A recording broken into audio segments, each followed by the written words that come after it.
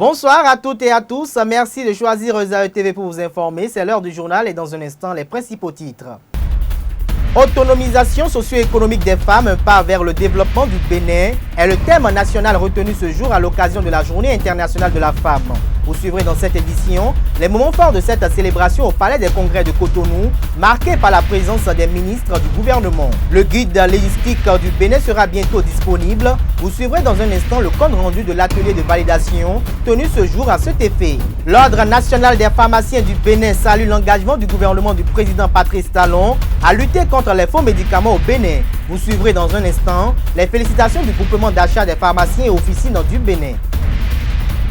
À nouveau, bonsoir. Autonomisation socio-économique des femmes, un pas vers le développement du Bénin est le thème national retenu ce jour à l'occasion de la Journée internationale de la femme. À cet effet, la ministre des Affaires sociales Adidiat Matisse et d'autres ministres du gouvernement, en collaboration avec les partenaires sociaux au développement, ont reçu les associations des femmes pour la commémoration de la dite journée. Suivons respectivement Madame la ministre des Affaires sociales et le chef de file des partenaires techniques et financiers, Jonathan Richer. L'objectif de cette journée est de faire le bilan des progrès réalisés dans les domaines de l'autonomisation économique et de la promotion des femmes, d'appeler à des changements qualitatifs de comportement vis-à-vis de la femme et de célébrer les actes de courage et de détermination accomplis par les femmes anonymes qui ont joué un rôle extraordinaire dans l'histoire de leur pays et de leur communauté. Au Bénin, dans le but de réduire les inégalités constatées entre les genres, des initiatives ont été prises par les gouvernements successifs pour protéger les femmes sur l'ensemble du territoire national. Ainsi, au plan juridique, plus d'une dizaine de textes de loi destinés à protéger les femmes ont été pris, parmi lesquels on peut citer la loi portant répression de la pratique des mutilations génitales féminines en République du Bénin, la loi portant prévention et répression des violences faites aux femmes et la loi portant code foncier domanial en République du Bénin. C'est pourquoi le gouvernement de son Excellence, le président Patrice Talon, a inscrit dans son programme d'action 2016-2021 plusieurs actions pertinentes qui contribueront à terme à l'autonomisation de la femme et à la promotion du genre. Au nombre des 10 actions qu'on vient de citer, l'appui à la formation des jeunes filles et mères exclues du système éducatif formel dans le domaine de l'ingénierie domestique au Bénin en vue de leur autonomisation. L'élaboration et la mise en œuvre du projet phare Assurance pour le renforcement du capital humain ARCHE, du projet de protection des couches vulnérables, du projet d'autonomisation économique des femmes et du genre. L'exécution de ce dernier projet, à partir de l'année 2017, par mon département ministériel, permettra de donner plus de chances aux femmes des différentes contrées de notre pays de se libérer des pesanteurs sociologiques et de se prendre en charge pour leur épanouissement économique. La journée 8 mars permet aux citoyens du monde entier de reconnaître les contributions des femmes dans nos communautés. Elles sont les artisans de la paix, les procréatrices, les entrepreneurs et les pourvoyeuses de soins pour les enfants qui sont les bâtisseurs de l'avenir du monde. C'est aussi et avant tout une journée de réflexion qui devra nous permettre de nous demander si les conditions existent pour que les filles et les femmes du monde et du Bénin puissent réaliser leurs aspirations et contribuer au progrès de leur pays. C'est pour cela que les meilleures politiques de développement à mettre en œuvre sont celles qui visent à changer les attitudes et les comportements. Les citoyens doivent comprendre qu'en changeant leur comportement, ils peuvent influencer les perspectives du futur. Éduquer les filles s'est avéré d'être un investissement rentable, puisque une fois adultes, elles arrivent à éduquer les enfants, à mieux gérer leurs économies et à obtenir des emplois mieux rémunérés. Les femmes en uniforme ne sont pas restées en marge de la célébration de la Journée internationale de la femme. Réunies autour du thème « Égalité de droits pour tous », quelle responsabilité pour la femme travailleuse? Le Comité national des femmes travailleuses en collaboration avec le syndicat national de la police ont co-animé une conférence débat, un thème qui a convié ces femmes à une réflexion pour l'égalité de leurs droits. Le Comité national des femmes travailleuses CONAFETRA, dans le cadre de la célébration de la Journée internationale de la femme, est allé à la rencontre des femmes policières. Ceci à travers le syndicat national de la police. L'égalité des droits dans ce secteur de la sécurité très fermé est au cœur d'une conférence débat. Une journée qui s'inscrit dans le cadre de la célébration de la 109e anniversaire de la lutte syndicale des femmes travailleuses dans le textile aux États-Unis. La femme participe à l'épanouissement et au développement d'une nation. Comme vous vous en doutez, la femme est une actrice incontournable dans le processus de développement socio-économique et culturel de notre pays. De par ses fonctions et sa contribution aux actions de développement, elle mérite une attention plus soutenue de la nation tout entière. Par ailleurs, nous viendrons à travers cette journée exhorter les autorités à tous les niveaux à œuvrer à ce que l'égalité de droits pour tous soit une réalité, surtout pour les femmes de façon générale, notamment au niveau de la police nationale et spécialement pour les femmes handicapées. Le syndicat de tutelle de la CONAFETRA, le CSA Bénin, présent à la cérémonie, a réitéré son soutien aux femmes de la Sinapolis et les exhorte à plus d'endurance dans la lutte syndicale. Et je souhaite sincèrement que, à partir de cette cérémonie, nous puissions tisser davantage les liens entre la Confédération et le Sinapolis, et notamment les femmes, parce qu'on a besoin des femmes aussi pour faire le syndicat. On a besoin de vous. Votre métier n'est pas facile, vous devez concilier plein de choses, mais on est dans un pays où rien ne s'obtient en se croisant les bras. Après avoir obéi, après avoir fait le salut militaire au patron, vous devez parfois savoir prendre votre taux de syndicalisme et réclamer de meilleures conditions de travail, de meilleures conditions de vie. Et c'est là où la CSA Bénin peut intervenir en termes de formation, en termes d'outillage, pour que vous puissiez faire les choses dans les règles de l'art, et ne pas faire le syndicalisme qui est un syndicalisme décadent. L'autonomisation socio-économique de la femme, un pas vers le développement du Bénin, tel est le thème retenu cette année au plan national dans le cadre de la Journée internationale de la femme. Égalité de droits pour tous, quelle responsabilité pour la femme travailleuse a été bien appréhendée par la présidente du Comité national des femmes travailleuses que nous vous proposons de suivre. Nous tirons un chapeau au syndicat de la police parce que nous savons que ça n'a pas été facile pour qu'il y ait un syndicat à la police. Mais les quelques femmes qui sont dedans, nous les connaissons aussi combattantes et nous allons prier et œuvrer à leur côté pour que ça persiste et qu'elles deviennent de vraies militantes syndicales. Nous entendons faire ce débat-là avec les policières pour leur permettre de savoir que autant qu'elles ont des droits, autant nous aussi nous avons nos droits, qu'on soit en uniforme, qu'on ne soit pas en uniforme, toutes les femmes ont le même droit. Maintenant qu'elles sont en caserne, c'est autre chose. Mais la femme policière, prise comme une femme, elle a les mêmes droits que toutes les femmes. Bon, en tant que responsabilité, on a misé sur le fait que la femme a souvent tendance d'attendre que les autres travaillent à sa place. Ce n'est pas ça être femme. Ce n'est pas ça être femme responsable. Chaque femme doit lutter pour mériter sa place.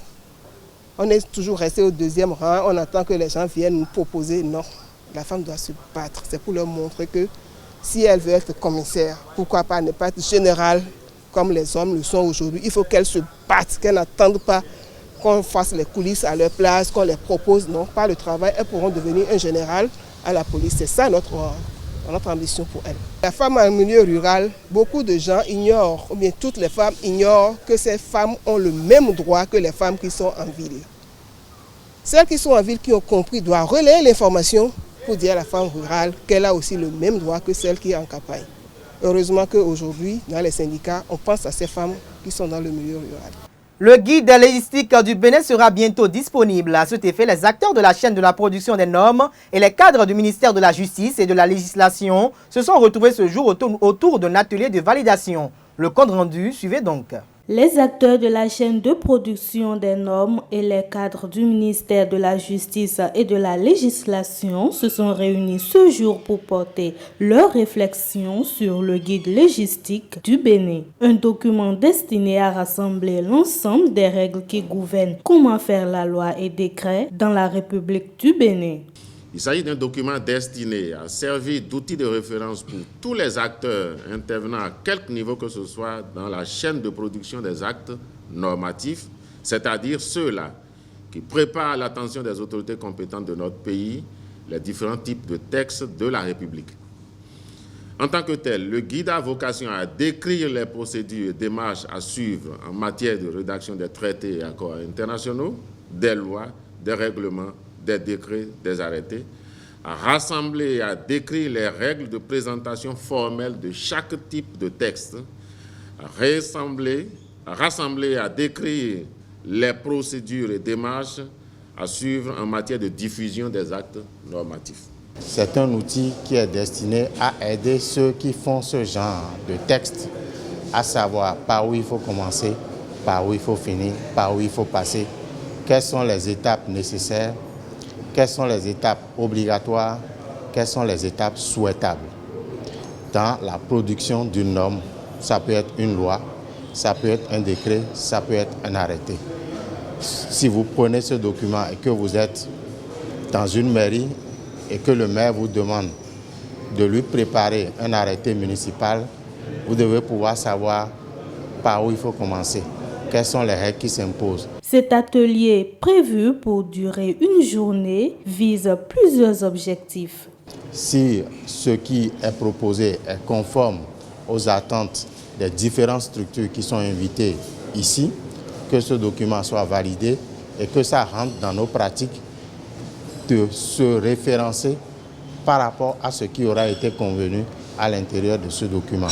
Et c'est pour ça que dans le cadre de cet atelier, l'ensemble des acteurs qui sont concernés par la chaîne de production des normes, à savoir la Cour constitutionnelle, le secrétariat général du gouvernement, l'administration parlementaire, la Cour suprême, le ministère de la Justice et l'ensemble des autres ministères sont invités pour se prononcer sur ce document. La validation de ce document est donc une réussite pour le ministère de la Justice et de la Législation, mais aussi pour la nation béninoise tout entière. Revenons à présent sur la sortie médiatique effectuée hier par l'Ordre national des pharmaciens au siège de leur association fêtière. Lors de leur point de presse, le groupement d'achat des pharmaciens et officines de Bénin félicite, remercie, encourage et accompagne le président Patrice Talon dans la lutte contre les faux médicaments jusqu'à son éradication complète. Docteur Falilou Adebor pour plus de précisions. Nous avons été agréablement surpris le 24 février 2017 du démarrage effectif de l'opération Pangea 9, tant attendue depuis plus de 20 ans, sur toute l'étendue du territoire béninois, avec des prises inimaginables de 80 tonnes de faux médicaments, malgré des fuites qui avaient été enregistrées. Qu'il vous souvienne qu'il y a 2 ans, l'opération Porc Épic n'avait récolté que 4 tonnes de faux médicaments. 80 tonnes et 4 tonnes, c'est bien la preuve que quand on a une bonne volonté politique affichée, et beaucoup de choses peuvent se faire. Nous ne faisons pas de la politique. Nous ne faisons pas du populisme. Nous ne faisons pas non plus de l'agitation comme certaines autorités l'ont imaginé. Nous sommes dans notre rôle et assumons pleinement la mission que le législateur nous a confiée à travers les ordonnances portant code de déontologie pharmaceutique et portant création et organisation des ordres de santé en République du Bénin, celui de protéger l'intérêt collectif de la profession. Nous voulions seulement exprimer ici notre reconnaissance au président de la République parce que nous avions par le passé vécu beaucoup de frustrations et avons souffert de notre chair jusque-là parce que nous n'avons pas cessé de dénoncer et d'exprimer notre indignation vis-à-vis des confrères qui se livrent au trafic de faux médicaments et parfois avec la complicité de certaines de nos autorités de régulation. Nous soutenons sans réserve l'opération Pangea 9 dans sa phase active et le peuple béninois peut rassurer le président Jacques Chirac qu'à partir du 24 février 2017, date historique dans la lutte contre les faux médicaments au Bénin, que son appel contre l'impunité et l'indifférence a été entendu par le président Patrice Talon et que l'Ordre des pharmaciens soutiendra sans réserve cette initiative jusqu'à l'éradication de ce fléau, source de misère et frein au développement de notre pays. Le premier président de l'Ordre des pharmaciens fut le docteur Justin Dalmeida, qui balisait déjà avec foi et conviction le chemin à suivre à tout pharmacien régulièrement inscrit à l'ordre et soucieux de la foi avec laquelle il aurait prêté serment.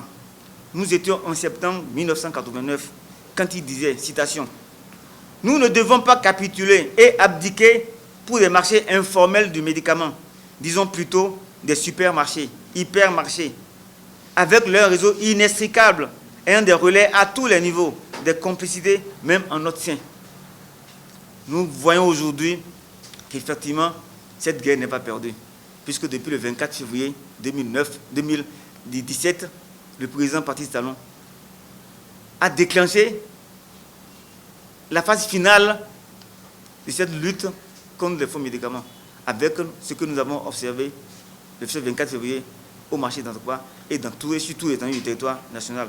Nous profitons encore de cette occasion pour nous renouveler nos remerciements et lui rappeler que la suite de l'opération Pangea 9, démarrée le 24 février 2017, n'aboutira que dans le respect des tests qui régissent le secteur pharmaceutique.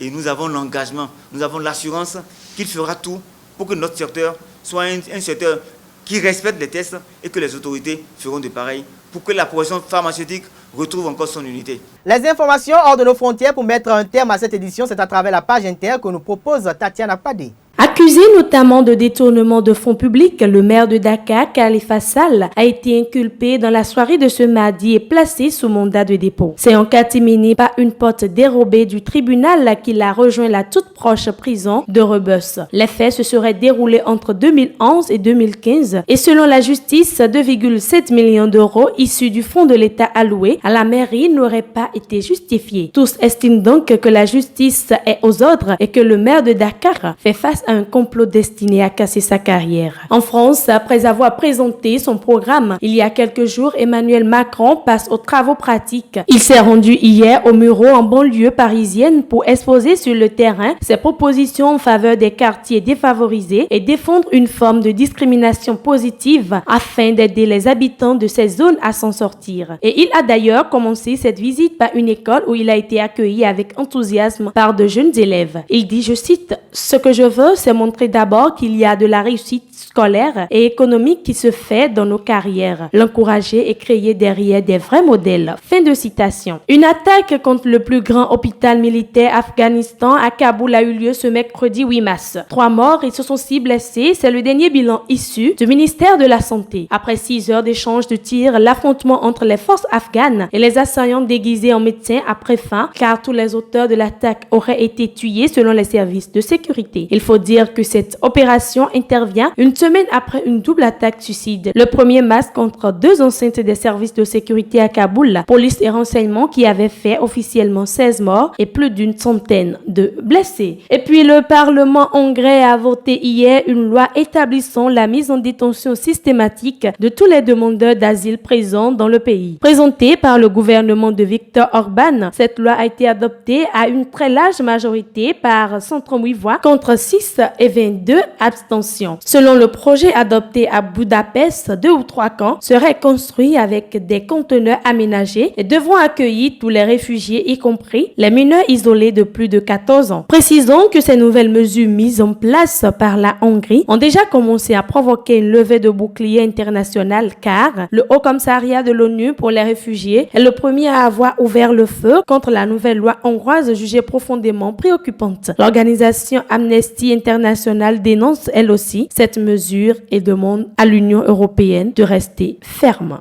Mesdames et messieurs, c'est sur cette page Inter que je mets un terme à cette édition. Merci de l'avoir suivi. On se retrouve demain à la même heure sur le même site www.ezaotv.com pour d'autres informations. Bonsoir.